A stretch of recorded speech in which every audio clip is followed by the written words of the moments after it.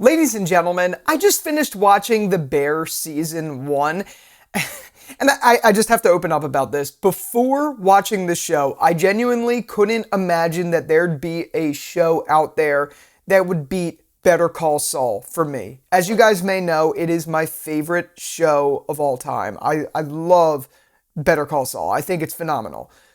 But this show is the first show that I have seen, at least in its first season, that I think has potential to beat Better Call Saul. What a sick joke! And I know I'm probably judging the book a little too soon because I didn't finish it yet. But if we're basing season 1 off of, if we're looking at it for exactly what it is at face value, I wholeheartedly think The Bear Season 1 was one of the best seasons of TV that I've ever seen. Period! There is so much to love about this show.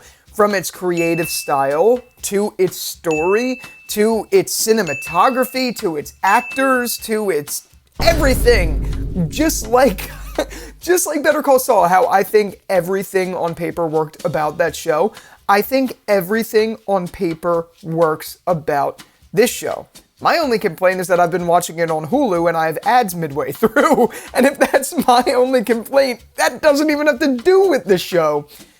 I genuinely think everything that it does is just so strong. So for those of you who don't know, The Bear follows this guy named Carmy Carmichael. Hold on. His name is Carmy Berzato, but they call him The Bear because that's just what it is. I think they call him The Bear, or there's a bear in it. I don't know, whatever.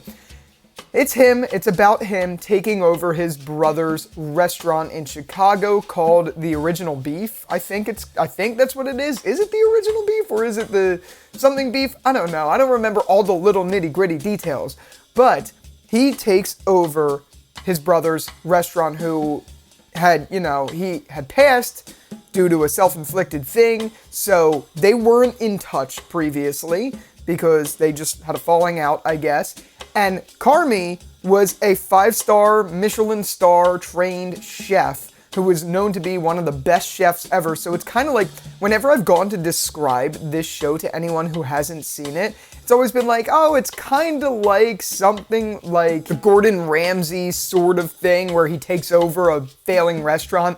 That's really the only way I guess I could describe the show, but that's not at all what it is at the same time. It's so incredible to see how this 5-star Michelin star trained chef integrates into this really family-owned, local, famous establishment in Chicago, and how he is trying to influence it for the better because Carmy's brother left it in a really poor spot, but he's on just the struggle bus the whole time trying to do it. And sure, on paper that kind of sounds mid, but it's just not.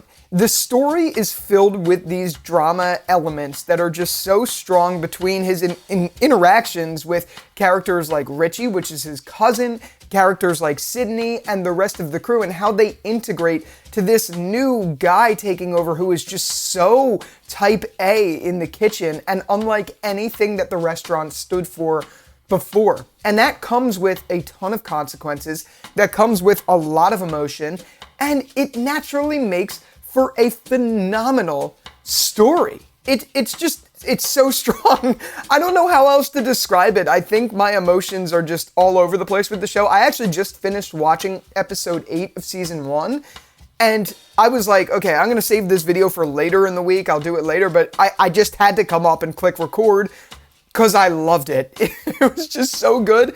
I think that season didn't have really any at all flaws. The only thing, I guess, to me that was like a question mark through it, which isn't even really a flaw, but the only thing for me was how, yeah, sure, this was an established business that was well known in the area and all of that, but it just seems like the people in the kitchen have these creative liberties. Like, I don't know if they've done a really good job of establishing, and maybe I missed it, but I don't know if they did the best job establishing why they can take so many creative liberties. Like the guy who does the cakes, Marcus, he's just making cakes and like learning how to make cakes and all of that stuff. And yes, I guess it's interwoven with what they're selling, but like, I didn't even know they had a dessert menu.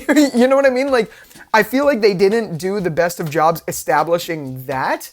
But again, I guess that doesn't really matter because the overall premise of the show is just about how strong, like, this bond is, I guess you could say, with Carmy taking over and what that means.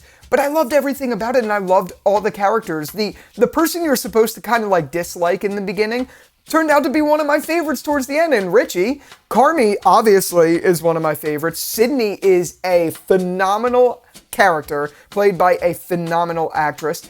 And all of the characters in general, I just really loved. Like, I'm looking through, if you see me on my phone, I'm looking through the names of the characters, but all of them. Marcus was phenomenal. Tina's phenomenal. Sydney's phenomenal. Richie's phenomenal. All of them.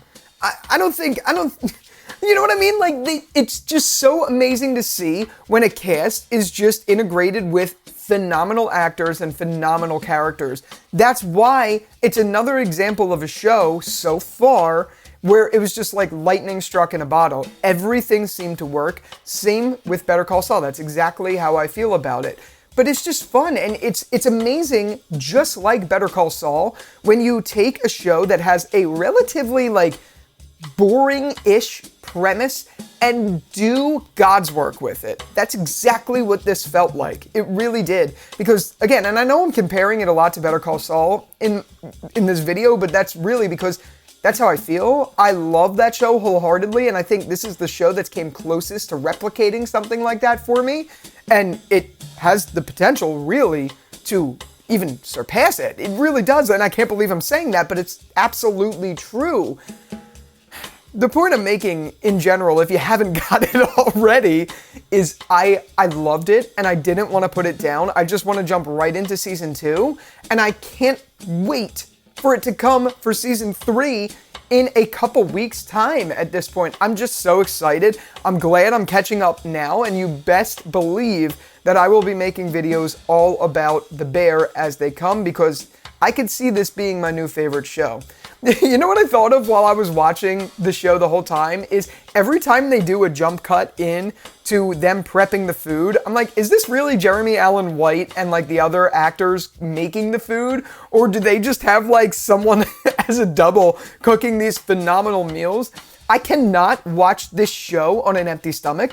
I just can't do it. It's literally like my Instagram feed. Like, if you go to my Instagram page right now and just go to like that search or explore feature, it's literally just like all food. Uh-oh, I didn't mean to have that on, but it's literally just like all food videos and stuff like that. I'm sorry you had to hear that. But the point I'm making is I can't go on my Instagram, I can't watch The Bear, I can't do any of that without getting so hungry because the food looks so good. And that's naturally another element to the show that I just love. I love good food, I love good storytelling, I love good writing, I love good actors, I love all of it. This show has struck lightning in a bottle, at least in the first season. I think it even did a good job of giving a bit of a redemption arc to Richie throughout the season, because in the first few episodes, I couldn't stand him, but that was by design. You're not supposed to, because we're following Carmy's point of view, who came from a Michelin star background to a really shitty restaurant in Chicago, and you're supposed to be on Carmy's side, but Richie has that heart and soul that was always there for the original beef side of things. You know what I mean? Like, so there's two parts to that equation. And Richie, towards the end, you understand why he is the way he is, and he becomes kind of like a favorite. Just all of them. It's just so good. I don't know what else to say. I'm just kind of fangirling here a little bit because I can't believe I found a show with such incredible quality again.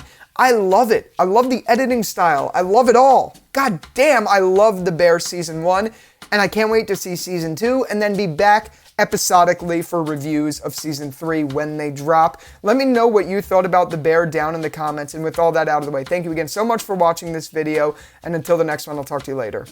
Peace out.